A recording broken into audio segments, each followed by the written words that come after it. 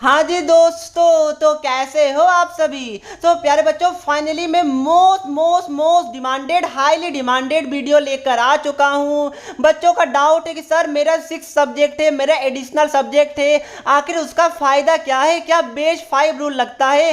किसी का वीडियो देखता हूँ तो कुछ बताता है, किसी और का देखता हूँ तो कुछ बताता है। इंटरनेट में भी, गूगल में भी सही से हमें पता नहीं चल रहा है एक्चुअल बेस 5 रूल क्या होता है, होता भी है या फिर नहीं होता है। तो प्यारे बच्चों, ये वीडियो जो मैं बना रहा हूं, आई एश्योर्ड यू कि पूरे यूट्यूब में, पूरे इंटरनेट में ये वीडियो जो एकदम आपको क्लियर कर देगा कि आखिर बेस 5 रूल होता क्या है, कहां पर आप लोग इसको यूज कर सकते हैं, क्या क्या सिस्टम है। ये वाले वीडियो बनाने में मुझे पूरा का पूरी 3 दिन का टाइम लगा। मैंने सीबीएसई का रीजनल ऑफिस में कांटेक्ट किया, सीबीएसई का जो रूल्स का बुक है उसको ध्यान से पढ़ा, जहां से हो सकता था इंफॉर्मेशन मैंने गैदर करने का कोशिश किया, और जो मुझे एग्जैक्ट जो मैं फाइनल कंक्लूजन तक पहुंचा हूं वो मैं आपको आज के वीडियो में डिलीवर करने वाला हूं। सारा मिथ जो भी आपके दिमाग में डाउट रहता, सारा ये वीडियो में मैं क्लियर कर दूंगा। तो हमारे 3 दिन के एफर्ट के लिए, हमारी टीम के एफर्ट के लिए क्या चैनल को सब्सक्राइब और वीडियो को लाइक नहीं कीजिएगा? ये सर जी जरूर करेंगे। तो फटाक से ना हम लोग सीधा सबसे पहला क्वेश्चन जो आपका है उसमें आते हैं कि सर जैसे कि टर्म 1 एग्जाम हो रहा, आगे टर्म 2 भी होगा, मेरे पास ओनली 5 सब्जेक्ट है, यानी कि मैंने ओनली 5 सब्जेक्ट ही लिया है, या स्कूल वालों ने मुझे 5 सब्जेक्ट ही दिया है, तो उस केस में मेरा परसेंटेज कैसे कैलकुलेट होगा? तो प्यारे बच्चों, आपके लिए टेंशन तो है ही नहीं। 5 सब्जेक्ट है तो यानी कि आपको पांचों सब्जेक्ट को ऐड करके आपका फाइनल रिजल्ट प्रिपेयर किया जाएगा। उसमें कोई भी शंका, कोई भी डाउट नहीं है, इसमें कोई भी रूल या फिर टर्म्स एंड कंडीशन नहीं है अगर आपके पास ओनली 5 सब्जेक्ट है। अब जो सबसे बड़ा क्वेश्चन और जो मैक्सिमम बच्चों के पास होता है कि सर मेरे पास 6 सब्जेक्ट है, तो पहला क्वेश्चन कि सर मेरे पास 6 सब्जेक्ट है, तो मान लीजिए कि अगर मैं कोई भी सब्जेक्ट में फेल हो जाता हूं, लेट अस सपोज मैथ्स में, तो क्या मैं पास कंसिडर किया जाऊंगा? तो प्यारे बच्चों, मैं बता दूं कि अगर आपके पास टोटल 6 सब्जेक्ट है, कोई भी सब्जेक्ट हो डजंट मैटर, अगर आपके पास टोटल 6 सब्जेक्ट है और अगर आप लोग एक सब्जेक्ट में फेल हो जाते हैं, बट टर्म्स एंड कंडीशन क्या है कि वो एक सब्जेक्ट आपका लैंग्वेज पेपर नहीं होना चाहिए।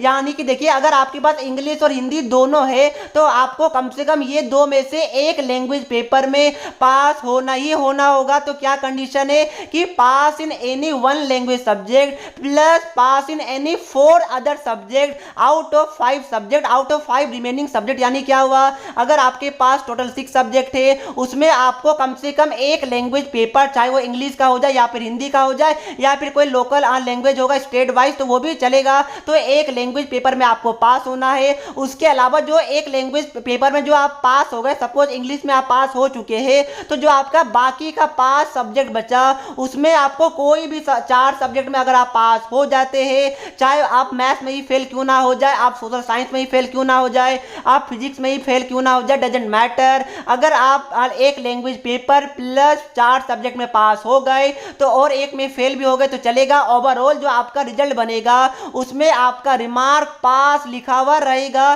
क्या बात क्लियर है? क्या फेल और पास वाला लॉजिक समझ में आ चुका है? यस सर जी, समझ में आ चुका है। अब मैं बेस 5 के रूल के बारे में बताऊं, उससे पहले चैनल को सब्सक्राइब कर दीजिएगा, और उससे पहले एक अच्छे स्टडी एप्लीकेशन के बारे में बताना चाहता हूं।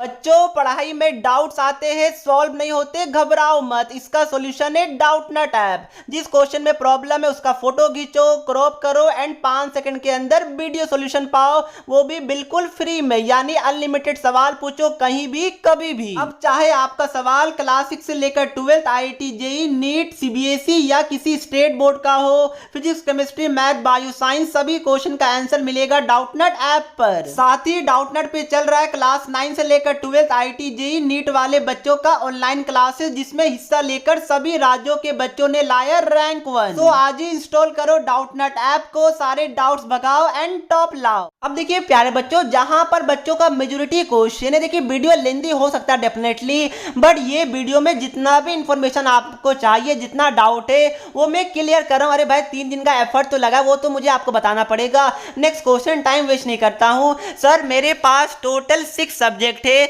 जिसमें मैंने अगर सपोज कीजिए कि 6 सब्जेक्ट में मेरा डिफरेंट मार्क्स आया, तो क्या बेस 5 रूल जो सीबीएसई का हमने कहीं ना कहीं से सुना हुआ है वो अप्लाई होगा होगा तो क्या कोई टर्म्स एंड कंडीशन है? प्लीज मुझे ये बता दीजिए। तो सबसे पहले मैं क्या कर रहा हूँ, क्लास 12th वाले बच्चों का बता रहा हूँ, उसके बाद क्लास 10th वाले बच्चों का बताऊंगा, क्योंकि दोनों के लिए अलग अलग रूल है। तो सबसे पहले क्लास 12th वाले में से बच्चों, अगर आपके पास इंग्लिश, हिंदी या फिर कोई भी, मतलब कि आपके पास टोटल 6 सब्जेक्ट है, तो उस केस में जो आपका बेस 5 रूल होता है वो ये होता है कि एनी वन लैंग्वेज सब्जेक्ट, जो कि बच्चे का यूजुअली मैक्सिमम बच्चों का इंग्लिश ही होता है, बट अगर आपके पास इंग्लिश हिंदी दोनों है तो इस केस में any one language subject plus जो 5 सब्जेक्ट बच गए, लैंग्वेज को हटा के जो 5 सब्जेक्ट बच गए, तो उसमें base 4 out of 5 plus any one language paper will be considered. ये बात को ध्यान में रखिएगा। फॉर एग्जांपल, अगर आपके पास English, Hindi, physics, chemistry, maths और आपके पास बायोलॉजी ऐसा मान लीजिए, तो इस केस में सपोज कि आपका इंग्लिश में और हिंदी में अच्छा नंबर आया, कोई डाउट नहीं है, आपका मैथ्स में खराब नंबर आया, सपोज आप पास तो हो गए बट ओनली 40 आया, तो उस केस में आपका English plus Hindi plus physics plus chemistry plus biology, ये पांचों सब्जेक्ट को कंक्लूड करके, काउंट करके आपके फाइनल परसेंटेज को प्रिपेयर किया जाएगा। क्या बात क्लियर है? ये सर जी बात क्लियर है। बट यहाँ पर वापस से एक टर्म्स एंड कंडीशन आता है कि बेस 5 वाला रूल जो मैंने अभी आपको बताया, इंग्लिश यानी कि एक any language subject plus base 4 out of 5, ये तभी एप्लीकेबल होगा जब आपका सारा सब्जेक्ट इलेक्टिव सब्जेक्ट होगा, यानी कि स्किल सब्जेक्ट नहीं होगा, तभी ये वाला कंसिडर किया जाएगा। तो सर ये इलेक्टिव सब्जेक्ट और स्किल सब्जेक्ट क्या होता है हमें बता दीजिए। सो प्यारे बच्चों, मैंने क्या बोला, इलेक्टिव सब्जेक्ट रहेगा, इलेक्टिव सब्जेक्ट रहेगा तो ही ये बेस 5 वाला रूल काउंट किया जाएगा। अगर आपके पास स्किल वाला सब्जेक्ट है तो काउंट यूजुअली नहीं किया जाता है, बट उसमें भी एक एक्सेप्शनल केस है जो मैं आपको आगे बताऊंगा। तो सबसे पहले देखिए, क्लास 12th वाले बच्चे, स्किल सब्जेक्ट कौन कौन सा है जिसको बेस 5 के अंदर इंक्लूड नहीं किया जाएगा? वो है retail, information technology, web application. आप लोग देख सकते हैं, मैं स्क्रीन में दिखा रहा हूं। उसके बाद ये भी देख पा रहे हैं, ये भी फोटो आपका क्लास 12th वाले बच्चों का स्किल सब्जेक्ट का, जो सीबीएसई ने ऑफिशियल वेबसाइट में दिया है। तो अगर आपका ये सब्जेक्ट है छठा वाला, एडिशनल वाला, तब तो आपका बेस 5 वाला रूल अप्लाई नहीं होगा। बस जब फेल ही हो जाएगा कोई सब्जेक्ट में तभी वो वाला रूल अप्लाई होगा, बट उसमें भी आगे एक एक्सेप्शनल है जो मैं आपको बताऊंगा। तो क्या बात क्लियर है? आगे मैं समराइज भी करूंगा। अभी मैं क्लास 10th वाले बच्चों के बारे में बता देता हूं। तो क्लास 10th वाले बच्चे प्लीज ध्यान से सुनिएगा। सपोज कीजिए कि आपका बेस 5 रूल, सपोज आपके पास टोटल 6 सब्जेक्ट है, तो अब आपके लिए बेस 5 रूल क्या है मैं बता दूं। तो वापस से एनी वन लैंग्वेज पेपर, यानी कि अगर आपके पास इंग्लिश हिंदी दोनों है, या फिर इंग्लिश एंड संस्कृत है, या फिर इंग्लिश और कोई अदर लैंग्वेज पेपर है, तो एनी वन लैंग्वेज पेपर, उसके बाद सपोज कि एक लैंग्वेज पेपर, सपोज इंग्लिश जिसमें आपको सबसे ज्यादा मार्क्स आया, या फिर हिंदी, मतलब कि कोई भी लैंग्वेज में जो सबसे बेस्ट वाला रहेगा, सपोज वो इंग्लिश में, तो इंग्लिश में आपका सबसे ज्यादा मार्क्स आया, उसके बाद आपका इंग्लिश छोड़ के 5 सब्जेक्ट और बच गया, तो base 4 out of remaining 5 subject plus any best language marks जो आपका आया है, उसको कंसिडर करके आपका रिजल्ट बनाया जाएगा। क्या बात क्लियर है? सर जी ऐसे समझ में आता नहीं। एग्जांपल दीजिए, ऑब्वियसली देता हूं। सपोज आपका क्लास 10th वाले बच्चों का इंग्लिश है, हिंदी है, उसके बाद सोशल साइंस है, साइंस से, मैथ से, बेसिक स्टैंडर्ड मतलब नहीं है, मैथ से 5 हो गया, और छठा सपोज कंप्यूटर एप्लीकेशन जिसका कोड 165 है, तो ये 6 सब्जेक्ट है। तो उस केस में सपोज कीजिए कि इंग्लिश और हिंदी आपका 2 लैंग्वेज पेपर हुआ, इंग्लिश में आपका ज्यादा मार्क्स आया सपोज कीजिए, और सपोज कीजिए कि मैथ्स में आप पास तो हो गए बट आपका मार्क्स अच्छा नहीं आया, 6 में से सबसे कम मैथ्स में आया, तो उस केस में आपका इंग्लिश प्लस जो 5 सब्जेक्ट आपका बच गया, जैसे कि हिंदी बच गया, सोशल साइंस, साइंस हो गया, मैथ्स हो गया, कंप्यूटर एप्लीकेशन हो गया, तो ये 5 में से जो टॉप 4 होगा उसको कंसिडर किया जाएगा, प्लस इंग्लिश को कंसिडर करके आपका फाइनल परसेंटेज को कैलकुलेट किया जाएगा। क्या बात क्लियर है? यस सर जी बात क्लियर है। तो यहां पर भी एक टर्म्स एंड कंडीशन है, वो क्या है कि वापस से इलेक्टिव सब्जेक्ट के लिए ये बेस 5 का रूल लगता है। अगर आपका छठा subject additional subject skill subject है तो आपका कंसिडर नहीं किया जाएगा। सर वो स्किल सब्जेक्ट कौन कौन सा, तो देखिए मैं स्क्रीन में दिखा रहा हूँ। रिटेल हो गया, आईटी यानी कि इंफॉर्मेशन टेक्नोलॉजी, यहाँ पर एक एक्सेप्शनल है, मैं आपको आगे बताऊंगा। फिर सिक्योरिटी आप स्क्रीन में देख पा रहे, मार्केटिंग है, हेल्थ केयर, ये सब सब्जेक्ट आपका स्किल सब्जेक्ट के अंदर आता है, जहां पर बेस 5 वाला रूल नहीं लगता है। बट आगे एक्सेप्शनल केस भी है। क्या बात क्लियर है? मैंने क्या बताया, 12th एंड 10th वाले बच्चों के लिए दोनों के लिए सेम टू सेम है। Any one top language subject plus जो आपका 5 सब्जेक्ट बच गया उसको लैंग्वेज वाले को छोड़ के, एक लैंग्वेज वाले को छोड़ के बाकी जो 5 बच गया उसमें बेस 4 को कंसिडर किया जाएगा। डजेंट मैटर वो आपका कंप्यूटर हो, मैथ्स ना हो, कोई दिक्कत नहीं है। बेस 4 प्लस 1 लैंग्वेज पेपर, अगर आपके पास टोटल 6 सब्जेक्ट है, बट जो आपका एडिशनल पेपर है वो इलेक्टिव पेपर होना चाहिए। तो देखिए मैंने आपको बता दिया कि कौन कौन सा स्किल पेपर है। तो जो जो स्किल वाले लिस्ट में आपको नहीं दिख रहा है वो सभी इलेक्टिव पेपर के अंदर आता है, यानी कि क्लास 12 वाले बच्चों का फिजिकल एजुकेशन मेन के अंदर आता है, कंप्यूटर एप्लीकेशन मेन के अंदर आता है, संस्कृत मेन के अंदर आता है, और लैंग्वेज पेपर ये सभी मेन के अंदर आते हैं। तो क्लियर हो रहा है ना, समझ में तो आ रहा है ना, ये सभी समझ में आ रहा है। इलेक्टिव पेपर वाला कंसिडर किया जाएगा बेस 5 के अंदर। अब देखिए बच्चों का डाउट कि सर मैं क्लास 10th में हूं और मेरा छठा वाला पेपर इंफॉर्मेशन टेक्नोलॉजी का है।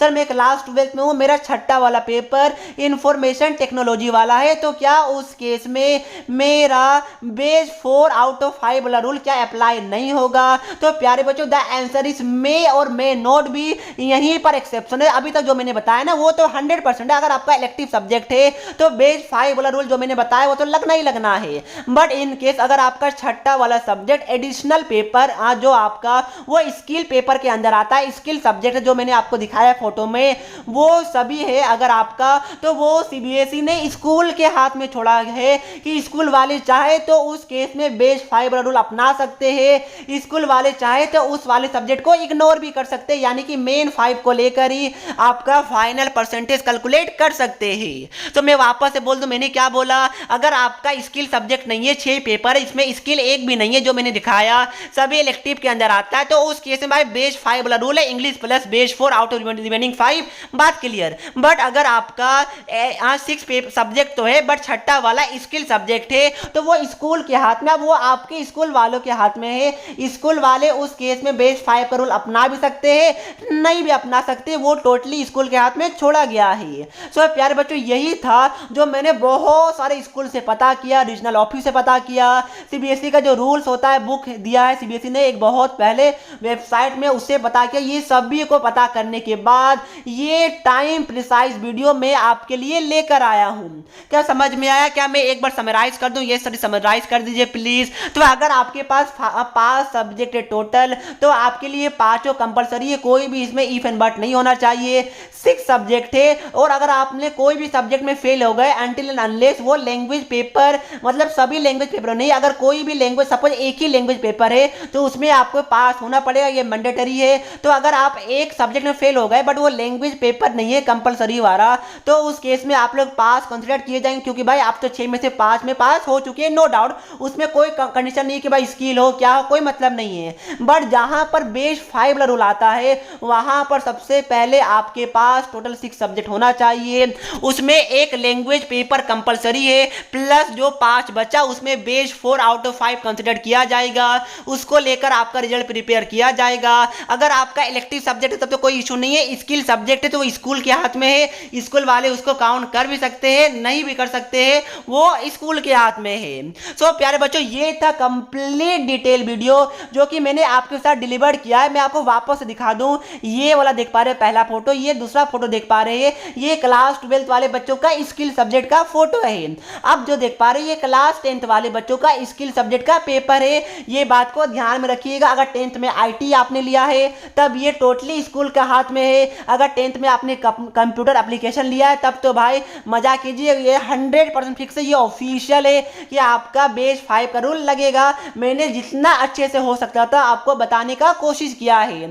आई नो इसके बाद भी बच्चों के दिमाग में डाउट हो सकता है, क्वेश्चन हो सकता है, बट उस वाले क्वेश्चन का रिप्लाई मैं कभी करूंगा जब आपने ये वीडियो यहां तक देखा होगा, क्योंकि अगर आपने देखा ही नहीं होगा, बिना देखे क्वेश्चन कीजिएगा तो मैं रिप्लाई नहीं करूंगा, क्योंकि हमने 3 दिन का एफर्ट डाल के ये वीडियो बनाया है। आई होप ये वाला वीडियो आप लोग अप्रिशिएट करेंगे, क्योंकि आपको पता होगा इतना एफर्ट डालना, इसलिए तो पूरे यूट्यूब में ऐसा कोई भी वीडियो आपको देखने को अभी तक नहीं मिलेगा। मे बी इसके बाद आ जाए, बट अभी तक तो नहीं है।